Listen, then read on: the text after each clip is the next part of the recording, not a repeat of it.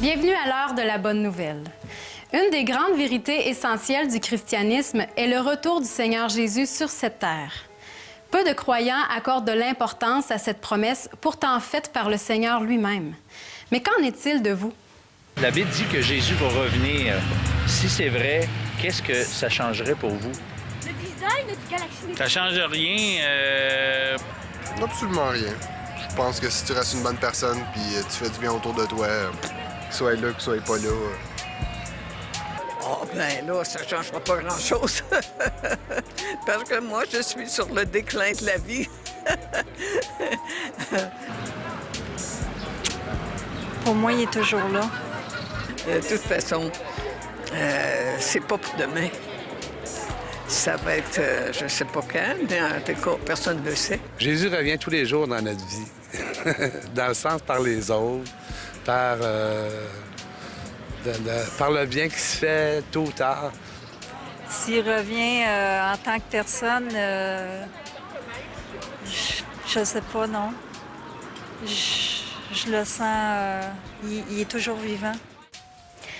Allons maintenant rejoindre François, Jean-Pierre et Gaston en Israël, tout près du mont des Oliviers, un endroit symbolique pour tous les croyants.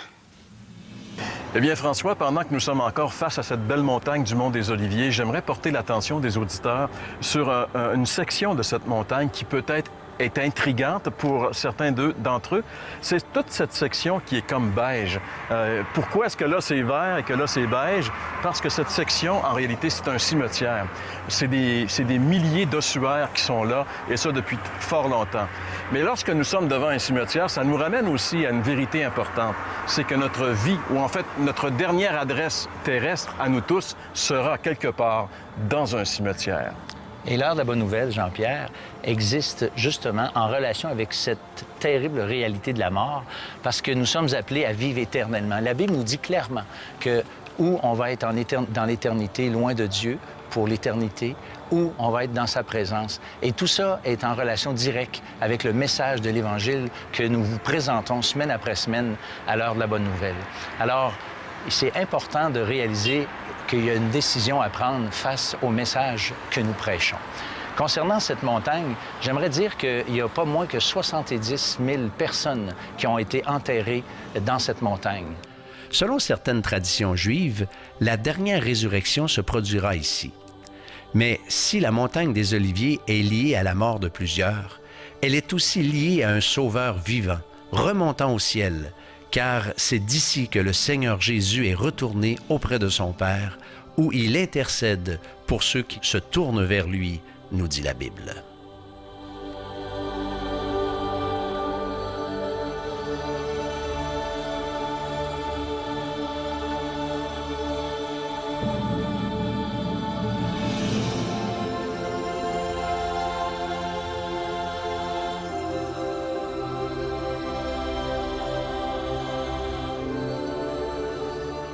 Après avoir dit cela, il fut élevé pendant qu'ils le regardaient, et une nuée le déroba à leurs yeux. Et comme ils avaient les regards fixés vers le ciel pendant qu'ils s'en allaient, voici 2 hommes vêtus de blanc leur apparurent, et ils dirent, « Hommes galiléens, pourquoi vous arrêtez-vous à regarder au ciel? Ce Jésus qui a été enlevé du ciel, du milieu de vous, viendra de la même manière que vous l'avez vu allant au ciel. » Après avoir vécu 33 ans dans son pays, ici Israël, après être mort sur la croix comme la substitution de nos péchés, après être ressuscité d'entre les morts, c'est sur cette montagne derrière moi que Jésus s'est élevé vers le ciel. Il avait convié ses disciples à le retrouver ici, et alors qu'il leur parlait, il s'est mis à s'élever, et eux le regardaient monter, ils étaient ébahis, jusqu'à ce qu'un nuage le cache à leurs yeux. Et à ce moment, un ange est apparu et leur a dit cette phrase que nous avons lue, « Ce Jésus reviendra de la même manière que vous l'avez vu partir. » Et depuis ce jour, les chrétiens de tous les temps ont attendu ce jour glorieux, ce jour merveilleux, qui sera pour tous les êtres humains la plus grande de toutes les surprises, le retour de Jésus-Christ. La Bible affirme à plusieurs reprises que Jésus va revenir. Le livre de l'Apocalypse, le dernier livre de la Bible qui parle abondamment du retour de Jésus, nous précise dans son premier chapitre que lorsque Jésus va revenir, tout œil le verra. Où que nous soyons sur la planète Terre, nous allons voir le Seigneur Jésus revenir. Ce jour-là sera certainement le plus grand jour de toute l'histoire du christianisme. Tous ces chrétiens qui ont attendu, qui ont cru en Jésus sans le voir, qui l'ont attendu, le verront de leurs yeux ce jour-là. Ce sera donc le jour le plus merveilleux pour tous les chrétiens du monde, mais ce sera aussi le jour le plus terrible pour ceux qui ne sont pas chrétiens. Dans la deuxième lettre qu'il écrit aux Thessaloniciens, l'apôtre Paul, concernant le retour de Jésus, dit ceci.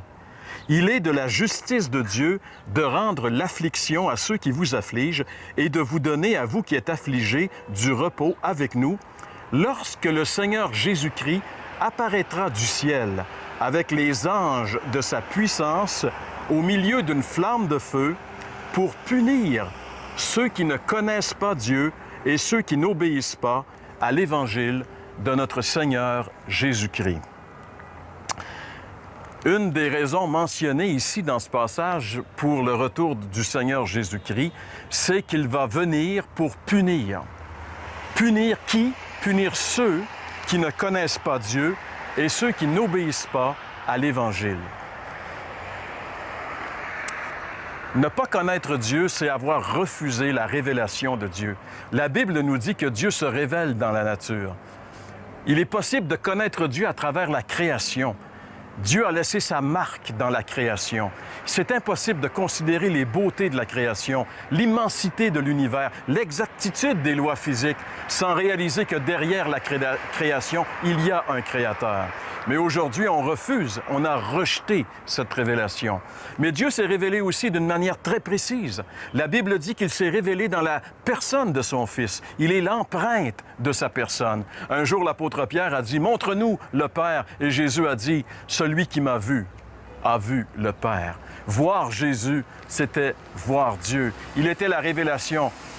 Et vous savez, Jésus est la révélation complète, entière de Dieu, et Dieu a tout misé sur son Fils. La Bible dit « Dieu a tant aimé le monde qu'il a donné son Fils unique afin que quiconque croit en lui ne périsse pas, mais qu'il ait la vie éternelle. » C'est le plus grand don. Mais le refuser, c'est aussi le plus grand affront à faire à un Dieu si grand et si merveilleux. Et affronter Dieu de cette façon-là, faire affront au don de Dieu, c'est aller au-devant d'un jugement terrible. Et c'est pour ça que dans ce passage, l'apôtre Paul ici nous dit que Jésus va revenir pour punir les incrédules, pour punir ceux qui ont rejeté le don du Fils de Dieu. Que va-t-il se passer à ce moment-là?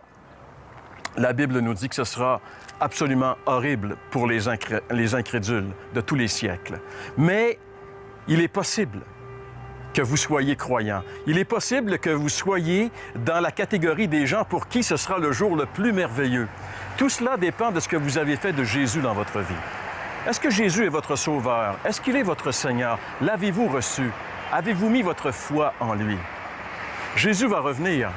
Alors qu'il était il y a 2000 ans sur cette montagne et qu'il est monté vers le ciel, un ange est venu dire « Ce Jésus va revenir de la même façon que vous l'avez vu partir. » Oui, Jésus va revenir un jour, et ce jour-là, ceux qui ont cru en lui entreront avec lui dans la félicité éternelle.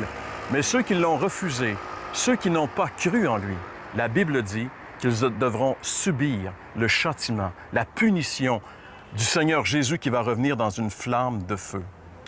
Alors, mes amis, pendant que Jésus est accessible, pendant qu'il est possible de le recevoir comme notre Sauveur, pendant qu'il est possible de mettre notre confiance en lui et de réaliser qu'il nous a tellement aimés, il a quitté la gloire du ciel où il était dans la félicité. Il est venu dans un monde ténébreux, un monde qui l'a rejeté. Il le savait très bien que ce monde allait le rejeter. Ce monde l'a fait souffrir et ce monde l'a fait mourir sur une croix juste ici.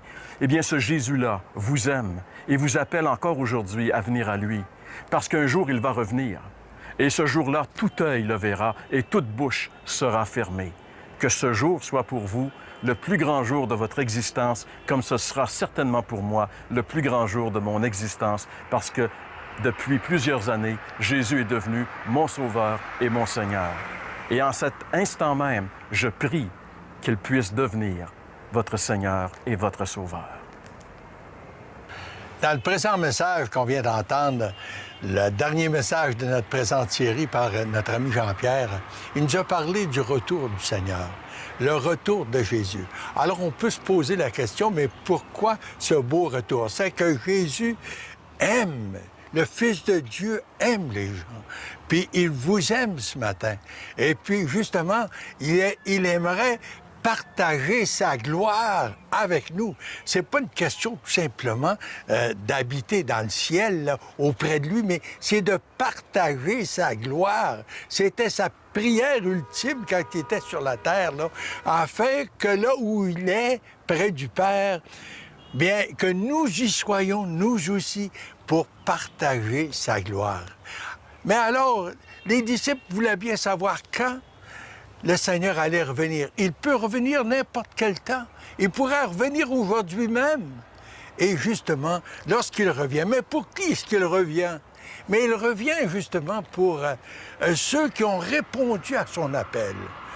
Oui, quand le Seigneur revient, ceux qui ont répondu à son appel, qui sont sauvés par sa grâce, bien ceux-là vont justement être parmi ceux qui vont partager sa gloire, qui vont ressusciter, revêtir un corps céleste pour être auprès du Seigneur. Mais les autres, bien alors, ça va être justement pour, comme on l'a entendu de notre ami Jean-Pierre, puis que l'Écriture l'enseigne, ça va être pour faire face justement au jugement, puis la colère de Dieu.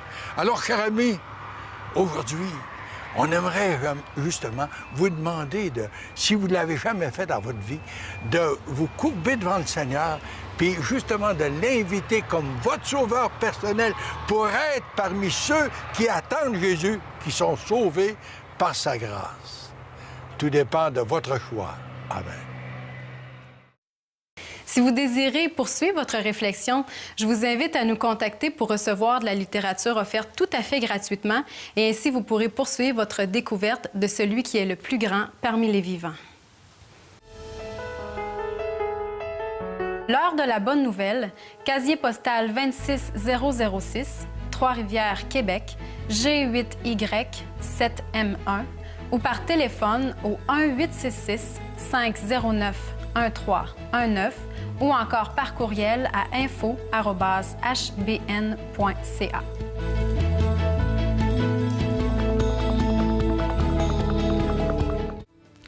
Bonjour Guylaine. Salut François. Bienvenue à l'heure de la bonne nouvelle, Guylaine. Et puis, j'aimerais ça que tu nous racontes ton cheminement spirituel. Comment Dieu a travaillé dans ta vie pour en venir là où tu es aujourd'hui? Je suis la quatrième d'une famille de 6 enfants. Je suis née dans une famille catholique où est-ce que la religion avait une importance, où est-ce que cette religion-là, en particulier, on pouvait se tourner vers ce qu'on avait besoin, où est-ce que c'était un appui aussi, assuré, on va dire aussi. Moi, Dieu, j'y croyais, je savais qu'il était au-dessus de nous. J'étais une personne, c'était lui que je me tournais lorsque j'avais envie de pleurer, lorsque j'avais envie de crier, me confier aussi. La Bible, j'y croyais, je savais que c'était la parole de Dieu. Pour moi, c'était évident. C'est pas quelque chose que je doutais réellement. En 2003, mes parents ont décidé de quitter l'Église catholique par cause de déception. Dans la même année, on a commencé à fréquenter les assemblées chrétiennes. C'est là que j'ai rencontré des personnes qui m'ont expliqué ma position, mon état devant Dieu, que j'étais éloignée puis que je devais me repentir de mes péchés à cause de mon état pécheresse.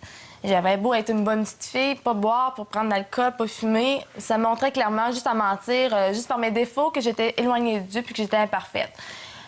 Il y a aussi que je me suis fait expliquer que Jésus-Christ était venu mourir pour moi, que Dieu avait envoyé son Fils unique mourir pour mes péchés. Puis ça, je le savais pas, puis je l'ai réalisé. Ce que je réalisais aussi, c'est que ce que je pensais, moi, premièrement, c'est que pourquoi prendre cette décision-là, ce choix-là? Parce que je savais que ça me demandait plus que prendre une décision. C'était vraiment une consécration. Ouais. Okay. Alors, je me suis dit, pourquoi pas attendre plus tard? Je vais être comme tout le monde, puis je vais pouvoir prendre mon temps comme tout le monde. Fait que dans la même année, mon frère Patrick, il a eu un accident de 4 roues. Il a perdu un œil droit, puis il a fallu l'annoncer. C'était un accident assez grave. Sa réaction m'a particulièrement touchée parce qu'il a dit « Dieu m'a laissé un œil, je sais comment m'en servir maintenant. » Puis moi, la réaction, c'était tout le contraire. C'est que Dieu t'a pas laissé un œil, Dieu te l'a enlevé. Réalise-le, il te l'a enlevé. Puis pour moi, c'était vraiment... Qu'est-ce qu'il dit là? T'sais, moi, je trouvais ça absurde, là, tu sais. Puis une autre chose que j'ai réalisée, c'est aussi qu'on pouvait pas remettre à demain. Parce que demain, qui sait que si on est là, la mort peut arriver puis frapper, puis on ne sait pas quand ça arrive, il faut être prêt. Puis moi, je savais vraiment mon état devant Dieu, que je savais que je méritais l'enfer pour mes péchés. Puis j'avais peur d'aller en enfer, je ne voulais pas y aller. Fait que dans le même laps de temps, j'ai demandé vraiment au Seigneur qu'il vienne me pardonner mes péchés puis qu'il vienne me sauver parce que je voulais pas aller en enfer. Les jours ont passé, les jours ont écoulé. Puis il n'y a rien qui a vraiment changé dans ma vie, à part que je disais à tout le monde que j'étais chrétienne puis que j'étais sauvée. Mes amis ont commencé à prendre l'importance dans ma vie.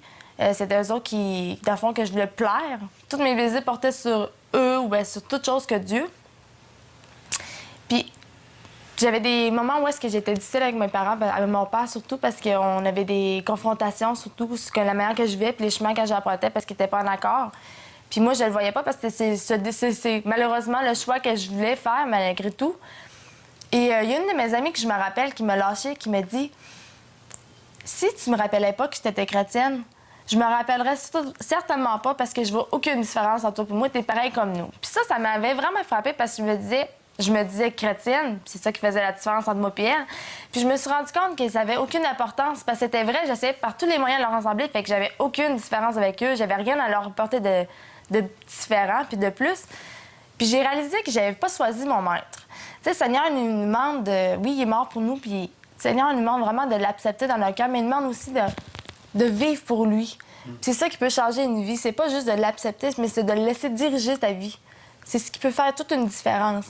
Fait que plus le temps passait, plus que je voyais mes amis emprunter des chemins où est-ce que je ne désirais pas nécessairement prendre parce que je savais qu'est-ce qui était bien. Le Seigneur me parlait par ma conscience, par son esprit aussi, qu'est-ce qui était bien, qu'est-ce qui était mal, tu devais pas le faire. Puis ça, je savais que ce chemin-là, je voulais pas l'emprunter, puis c'est pas le genre de vie que je voulais choisir. Fait que la vie que je voulais choisir, c'est vraiment le Seigneur Jésus-Christ. Je voulais vivre consacrée à lui.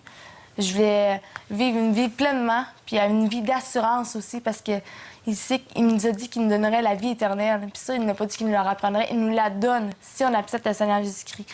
Et là, c'est là que j'ai demandé vraiment, puis j'ai vraiment réalisé que je voulais choisir mon maître. J'ai demandé à Jésus de venir dans ma vie, de la prendre, de la diriger, de me sauver parce que j'étais pécheresse, puis j'étais vraiment perdue puis en enfer. Puis que je savais qu'il était venu, qu'il avait donné son Fils pour me racheter mes péchés. Parce que c'est ça qui me séparait de lui. Puis aujourd'hui, je peux te dire que j'ai fait un choix éternel, puis qui va toujours durer. Bien, écoute, je te remercie énormément pour ce témoignage, Guylaine. Merci. Vous aimeriez entendre le témoignage d'autres personnes transformées par le message de l'Évangile? L'heure de la bonne nouvelle vous invite à participer à l'un des nombreux déjeuners de l'espoir. Ces déjeuners ont lieu dans plusieurs restaurants réputés de la province et vous sont offerts gratuitement. Pour connaître les détails concernant l'endroit, la date et l'heure pour votre région, composez le numéro sans frais 1-866-509-1319. Vous pouvez également consulter le site web www.déjeuner.org. Dans le prochain segment, nous vous présentons quelques moments marquants de cette série d'émissions 2013 de l'heure de la bonne nouvelle.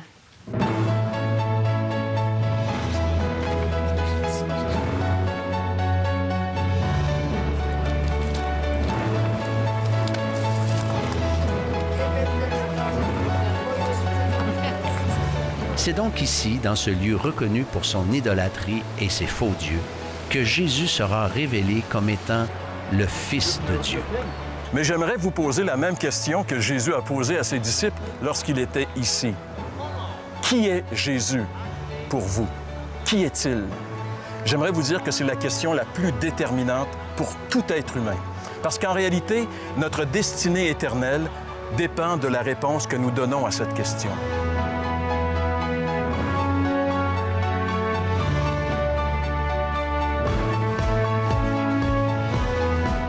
De venir à Jésus, d'implorer sa grâce, parce qu'il est prêt aujourd'hui de nous pardonner, de nous purifier, de nous libérer non seulement de nos péchés, de nos démons, mais aussi de notre culpabilité, parce que chacun d'entre nous, on est coupable.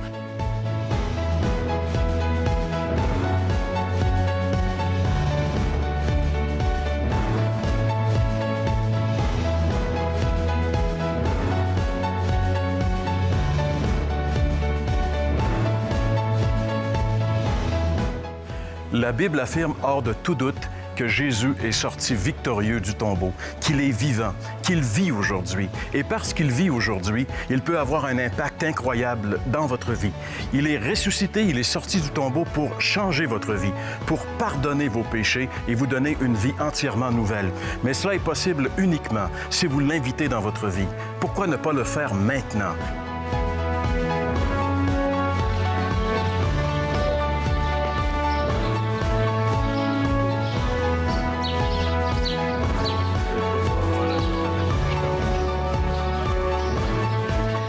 Veux-tu être pardonné? Veux-tu être sauvé? C'est la question que le Seigneur vous pose à tous et à chacun. Alors, chers amis, c'est à vous de répondre à cet appel.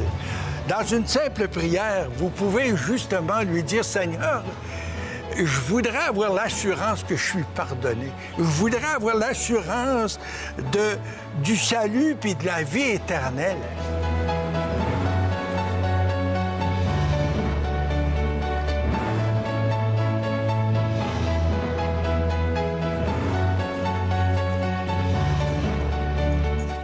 D'en arriver au point d'embrasser le rocher.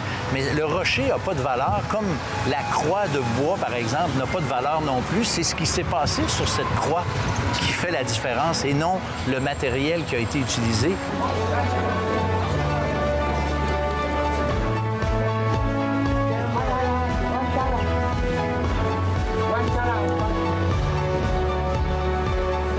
Ça ne sert à rien. Jésus a tout payé pour vous.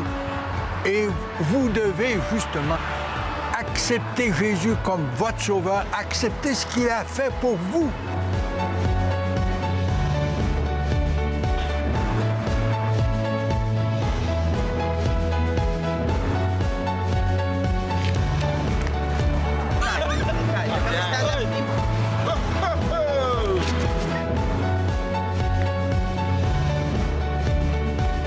Donc, en réalité, cette découverte, elle est importante parce qu'elle a confirmé que la Bible que nous avons est vraiment un texte qui a été protégé par Dieu, puisque les siècles, le millénaire passé n'a pas altéré du tout le texte que nous avons, ce qui confirme qu'on peut vraiment faire confiance à la Bible. Elle est vraiment la parole de Dieu. Qumran est un peu un clin d'œil de Dieu qui vient confirmer cette vérité qui nous est si chère, à nous qui croyons, parce que toute notre foi repose sur les déclarations de la Bible que nous appelons la parole de Dieu.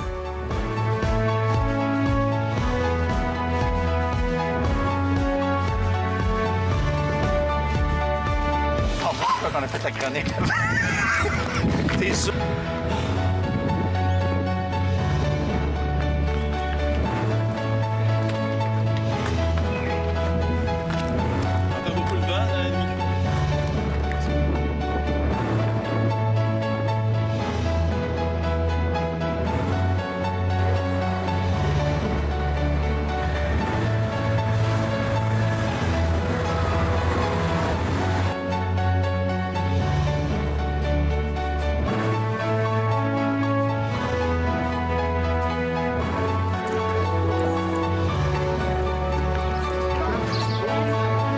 Alors, chers amis, aujourd'hui, on aimerait justement vous demander, si vous ne l'avez jamais fait dans votre vie, de vous courber devant le Seigneur, puis justement de l'inviter comme votre sauveur personnel pour être parmi ceux qui attendent Jésus, qui sont sauvés par sa grâce.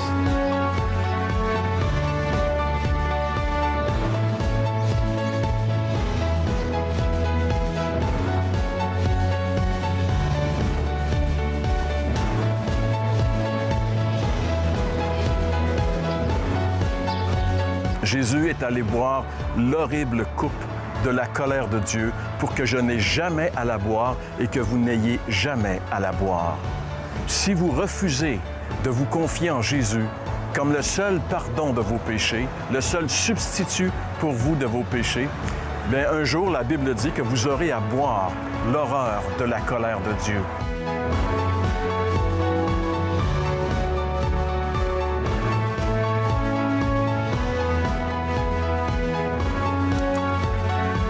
Oui, je vous invite, comme Christ vous invite, à venir à lui maintenant, à lui dire, Seigneur, C'est vrai que jusqu'à maintenant, je t'avais rejeté. On n'est pas obligé de précipiter le Christ en bas de la falaise pour le rejeter.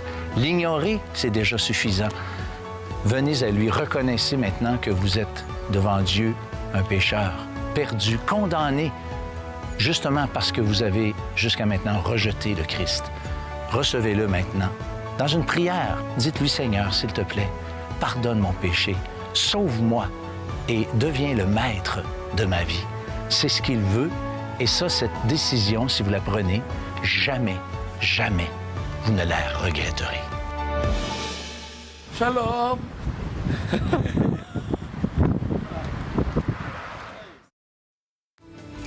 En espérant que cette série d'émissions vous a permis de découvrir ce Jésus qui a changé le cours de l'histoire de l'humanité tout entière, je vous convie à notre prochain rendez-vous la semaine prochaine pour une émission tout à fait spéciale de l'Heure de la Bonne Nouvelle qui a été enregistrée à la salle J. Antonio Thompson de Trois-Rivières dans le cadre de notre 50e anniversaire. C'est un rendez-vous à ne pas manquer.